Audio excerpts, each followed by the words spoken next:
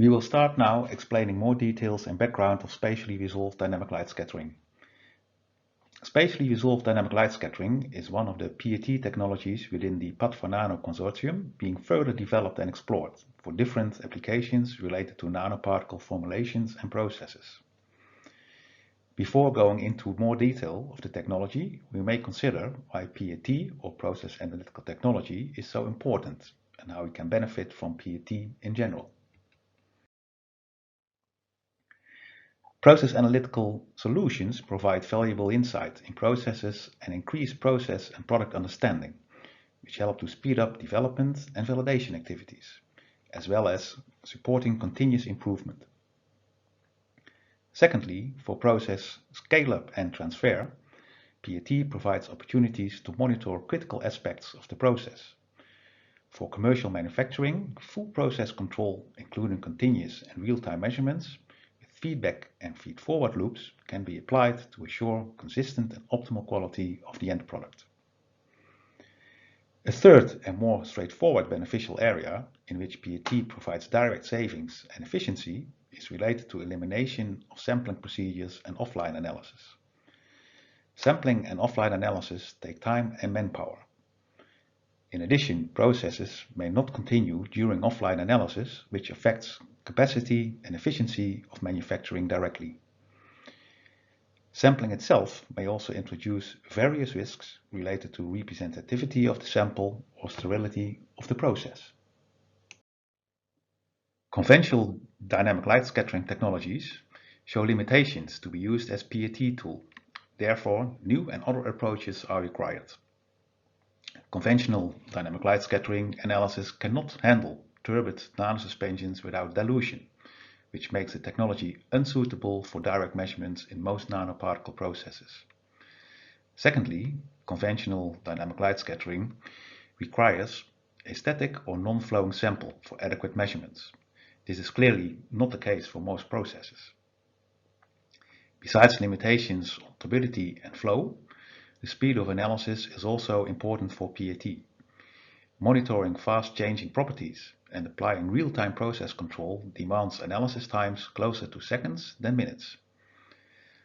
Also, flexibility to connect a technology to a process, either to small-scale R&D situations or full-size manufacturing configurations, is of importance for flexibility of the technology. As a last requirement, any PAT solution should preferably not require extensive method development for each product or situation. Spatially resolved dynamic light scattering overcomes these limitations and is therefore very applicable as PAT tool. As we will see in the next slides, the technology is able to measure highly turbid samples, measure nanosuspensions in flow, and to measure at frequencies of 5 to 10 seconds. Flexibility for different scales and types of processes is also addressed, as we will see later.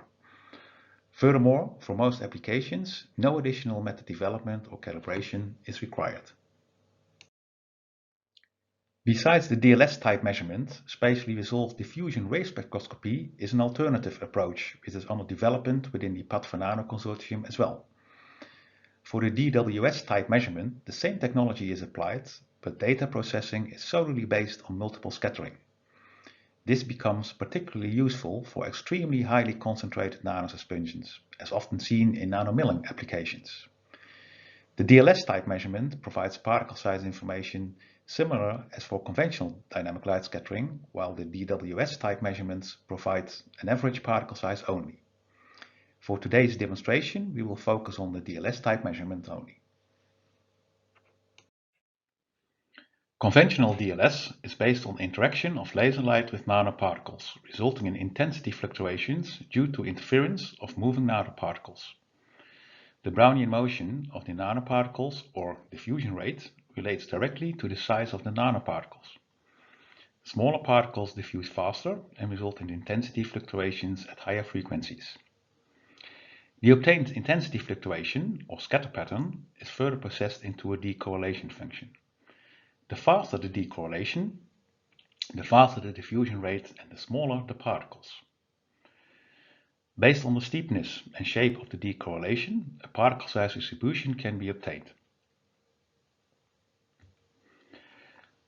For spatially resolved DLS, instead of one, about 1000 scatter patterns are obtained simultaneously as function of depth or path length.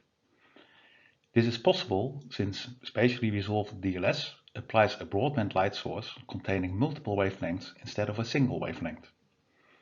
The obtained backscatter signal of the broadband source enters an interferometer, which enables to distinguish between scatter signals coming from different path lengths in the sample. This principle is called low coherence interferometry. Once scatter patterns are obtained as function of depth, up to about 3 mm in the sample, decorrelation functions of each scatter pattern are subsequently processed and translated into particle size according to the Stokes-Einstein equation. Now we have a closer look why the spatially resolved data helps to measure higher turbidity levels. In DLS, only scatter patterns obtained by single scattered light will result in an accurate particle size. The higher the concentration of particles, the higher the chance that the light is scattered more than once. This is called multiple scattering, and this should be avoided in conventional DLS. The spatially resolved data contains scatter patterns and decorrelation data as function of depth. Deeper in the sample, the chance for multiple scattering increases. For smaller path lengths, single scattering data may still be present, even for highly turbid samples. By isolation of the single scattered data only, particle size and distribution can be obtained. The isolation of single scattered data is automatically performed by the algorithms in the software.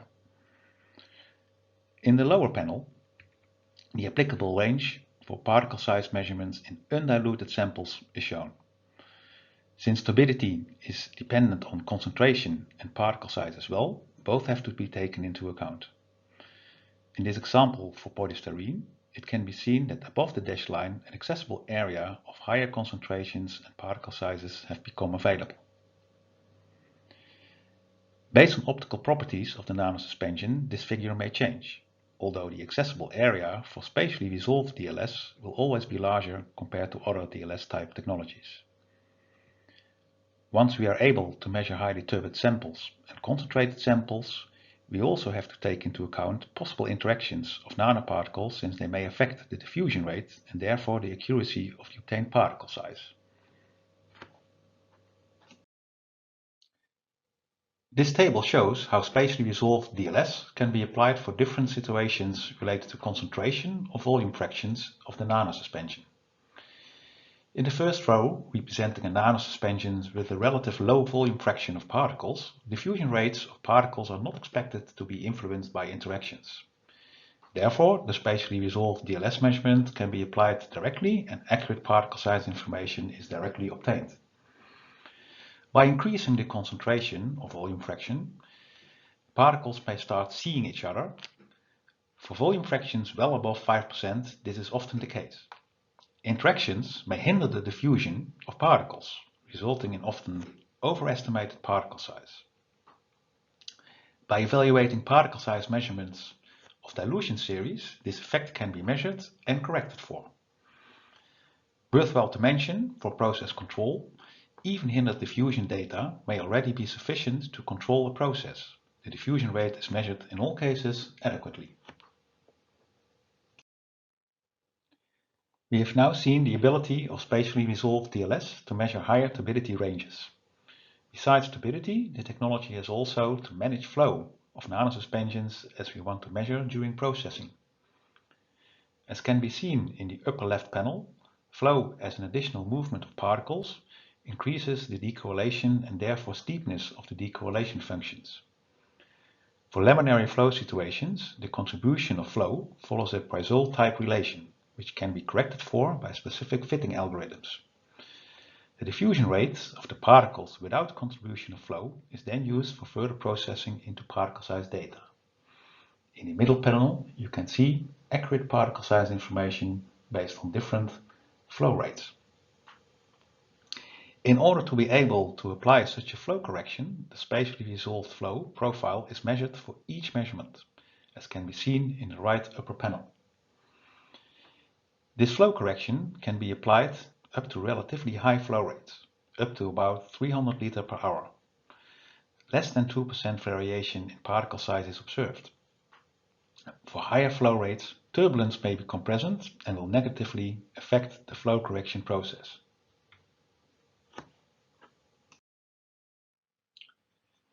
Finally, at the end of this introduction, I will summarize the most important characteristics of spatially resolved dynamic light scattering. It is based on the same principles as conventional dynamic light scattering, although it uses other hardware, a broadband light source, and interferometry. Spatially resolved DLS obtains about 1000 scatter patterns as function of depth simultaneously within 5 to 10 seconds. Spatially resolved DLS can measure highly concentrated or turbid samples in a static or flowing condition. For high volume fractions and concentrations, the influence of possible particle-particle interactions should be evaluated, since interactions may affect the fusion rate of particles and therefore particle size calculations. And with this information, we will go into the lab and see how the system works.